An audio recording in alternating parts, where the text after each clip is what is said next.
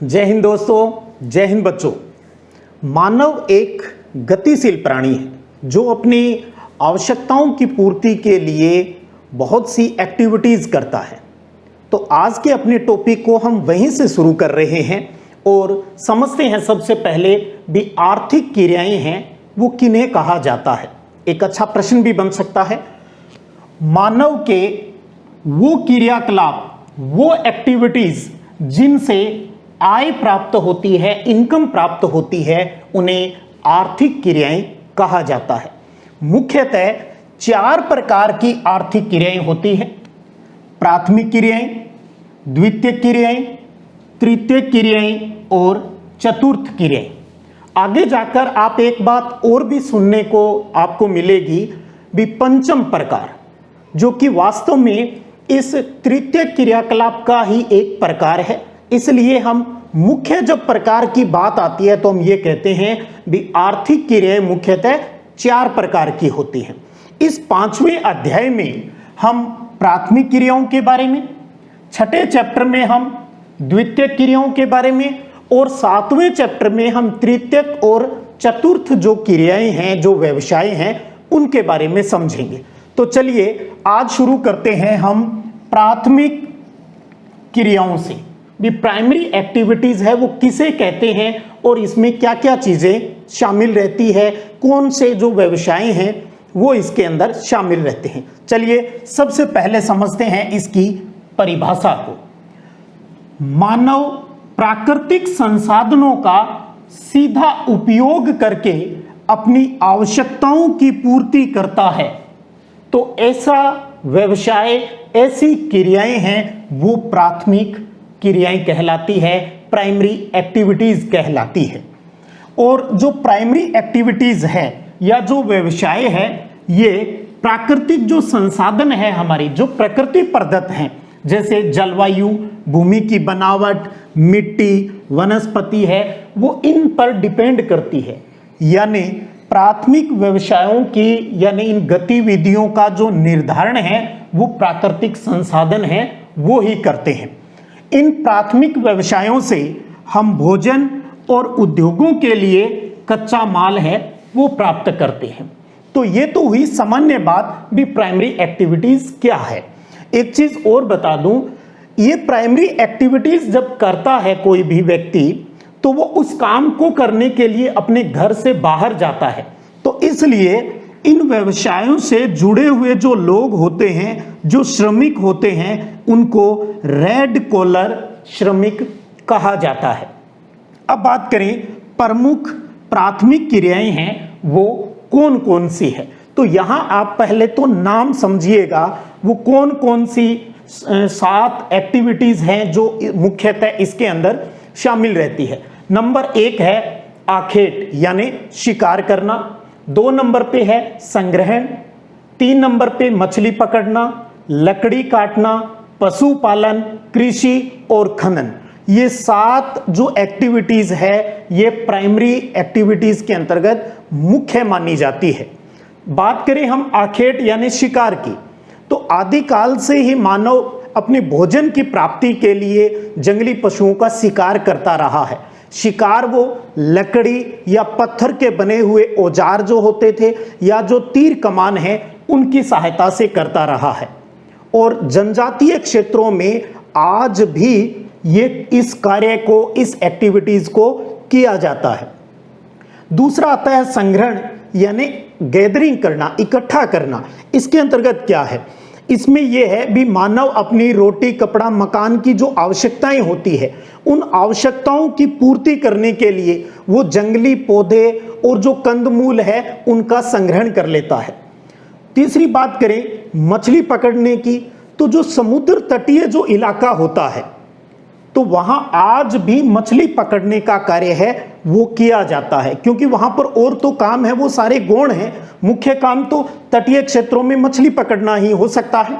चौथी बात करें लकड़ी काटना, लकड़ी यानी जंगलों से लकड़ी काटना, ये काम भी मानव हमेशा से करता आया है। पहले सिर्फ ईंधन के लिए यानी जलाने के लिए लकड़ियों का इस्तेमाल करता था, लेकिन आजकल तो इसका औद्योगिकरण हो चुका है। हम फर्नीचर उद्योग की बात करें, कागज उद्योग की बात करें, जो द्वितीयक एक्टिविटीज के अंतर्गत आते हैं, उनके लिए कच्चा माल भी यहीं से प्राप्त होता है। पशुपालन, जब आदि मानव है वो आखेट और संग्रहण करते करते जब उसको ये एहसास हुआ भैया इससे जीवन निर्वाह नहीं हो सकता, पार नहीं पड़ेगी, तो उसने पशुओं को पालना स्टार्ट किया और उनके लिए चारागाह है वो विकसित किए। उसके बाद आता है कृषि। कृषि जो कि प्राथमिक जो एक्टिविटीज है, प्राइमरी जो एक्टिविटीज है, इनमें सबसे महत्वपूर्ण माना जाता है एग्रीकल्चर। आगे जाकर हम विस्तृत पढ़ेंगे भी कृषि के सारे जो प्रकार हैं मेन, उन पर चर्चा होगी। उसके बाद बात करें खनन। खानों से जो खनिज प्राप्त करने की जो प्रक्रिया होती है वो खनन कहलाती है, और इन पर जो सेकेंडरी एक्टिविटीज है वो डिपेंड करती है और किसी देश के विकास में इसका काफी रोल रहता है। तो खानों से खनिज निकालने का जो काम है वो प्राइमरी एक्टिविटीज के अंतर्गत ही आता है। तो ये तो 7 प्रमुख एक्टिविटीज होगी। अब हम आज की इस जो अपनी क्लास है इसमें हम मुख्यतः बात करेंगे आखेट के ऊपर और संग्रहण के ऊपर। बात करें आखेट या शिकार की, जो कि भारत में अब प्रतिबंधित हो चुका है। आप ये सोचेंगे भी प्रतिबंधित क्यों हो गया है?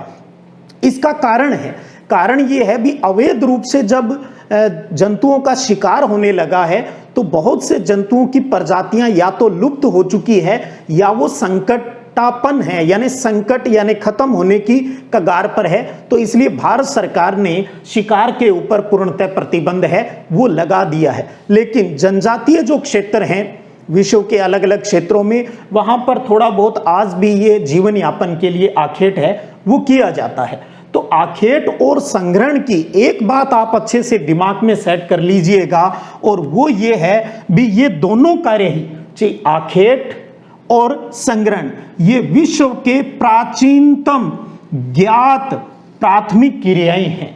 विश्व की ज्ञात प्राथमिक क्रियाएं कौन कौन सी है? आखेट और संग्रहण आती है। इन दोनों की ही बात करें तो ये दोनों अति शीत और अधिक गर्म जो क्षेत्र होते हैं वहां पर किए जाते हैं। इनके लिए बहुत ही कम पूंजी की आवश्यकता होती है, इनके लिए टेक्नोलॉजी की भी बहुत अधिक आवश्यकता नहीं होती, अर्थात निम्न स्तरीय तकनीकी ज्ञान से भी इसका काम है वो हो सकता है। उसके बाद इसमें भोजन अधिशेष नहीं बचता, बचेगा कहां से? ये उतना ही कर पाते हैं क्योंकि बहुत ज्यादा एरिया में घूमेंगे तब इनका ढंग से जीवन निर्वाह होता है। तो बहुत ज्यादा इलाके में घूमकर इतना ही ये संग्रहण या आखेट कर पाते हैं भी अपने परिवार का पालन पोषण है वो कर सके। तो शेष बचने का तो सवाल ही पैदा नहीं होता। और प्रति व्यक्ति जो उत्पादन है, प्रति व्यक्ति जो इनकम है वो भी कम होती है और प्रोडक्शन है वो भी कम होता है।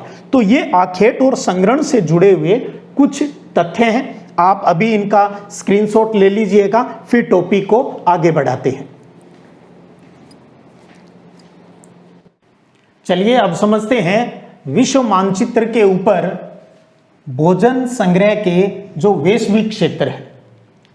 भोजन संग्रह या आखेट से संबंधित जो क्षेत्र है उनको हम 2 आधारों पर समझेंगे। एक तो उच्च अक्षांशीय क्षेत्र और निम्न अक्षांशीय क्षेत्र।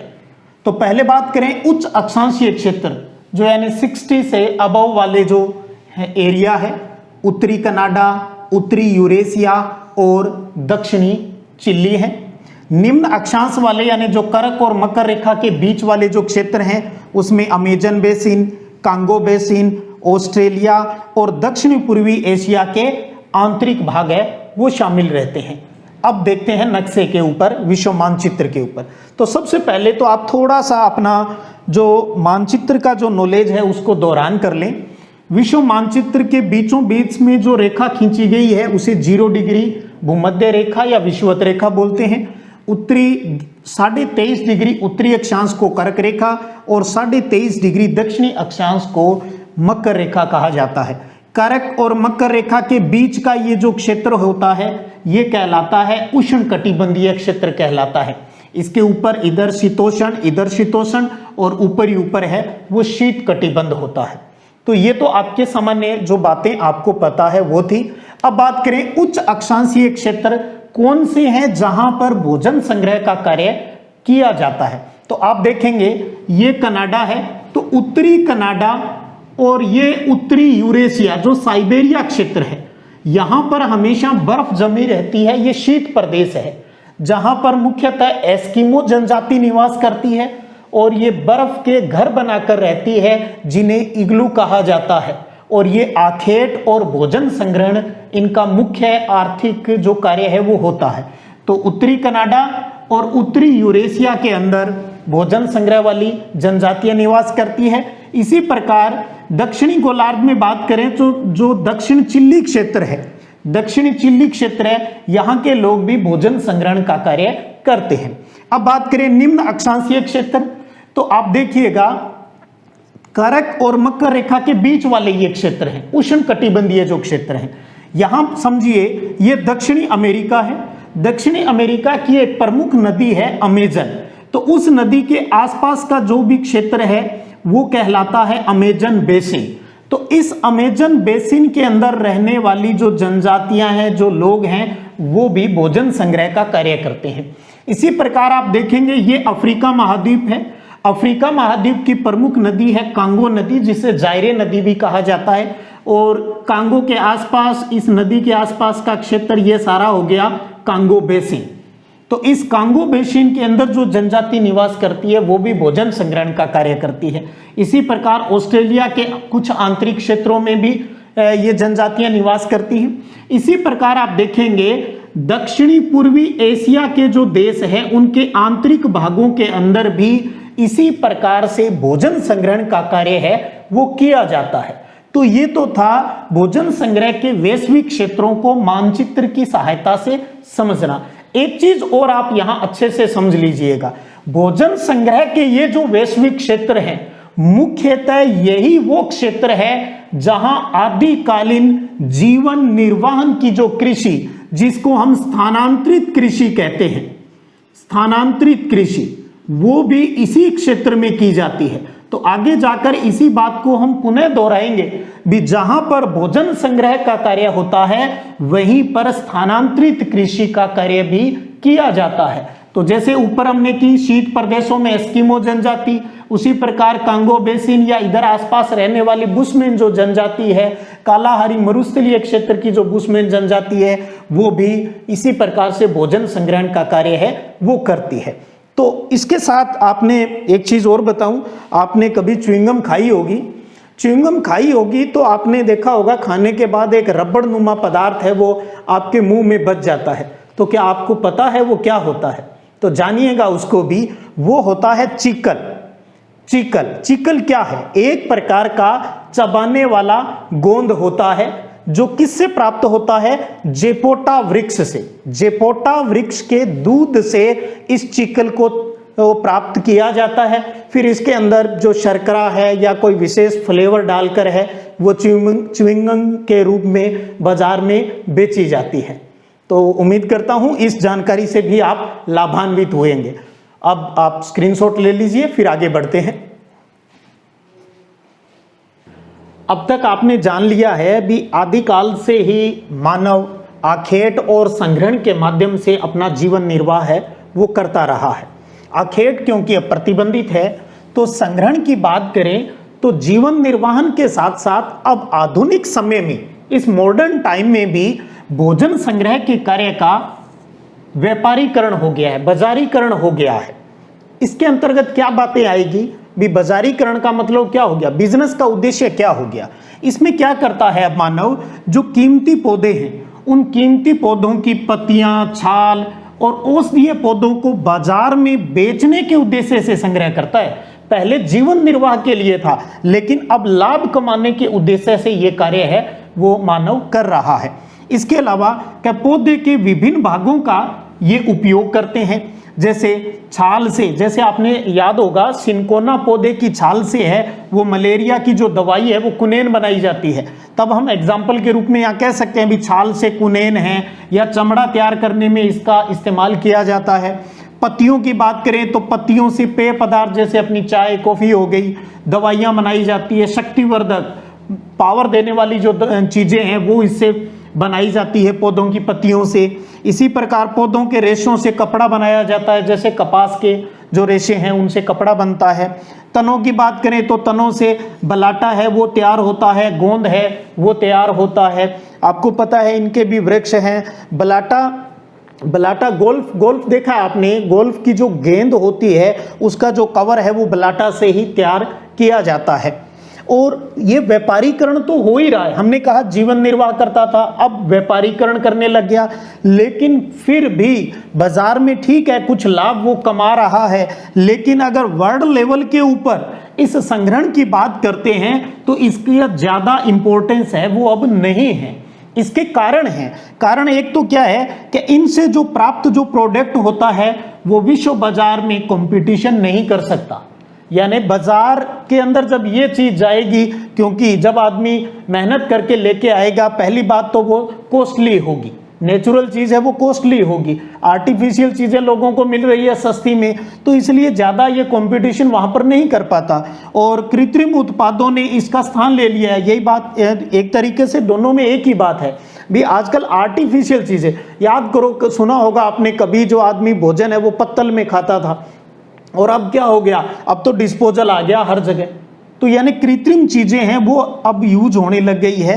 तो इसलिए संग्रहण का जो ये कार्य था, ठीक है बाजारीकरण होने लगा है, व्यापारीकरण होने लगा है, लेकिन फिर भी वर्ल्ड लेवल के ऊपर जब बात आती है तो इस कार्य का ज्यादा महत्व है वो नहीं रहता है। तो इस प्रकार आज की अपनी क्लास में हमने प्राथमिक जो प्राइमरी जो एक्टिविटीज हैं उसके अंदर आखेट और संग्रहण को अच्छे से समझा है और परीक्षा दृष्टि से किस प्रकार से प्रश्न बन सकते हैं वो भी हमने साथ साथ ही किए हैं। उम्मीद करता हूं आप लाभान्वित हुए होंगे। अब आप स्क्रीनशॉट ले सकते हो।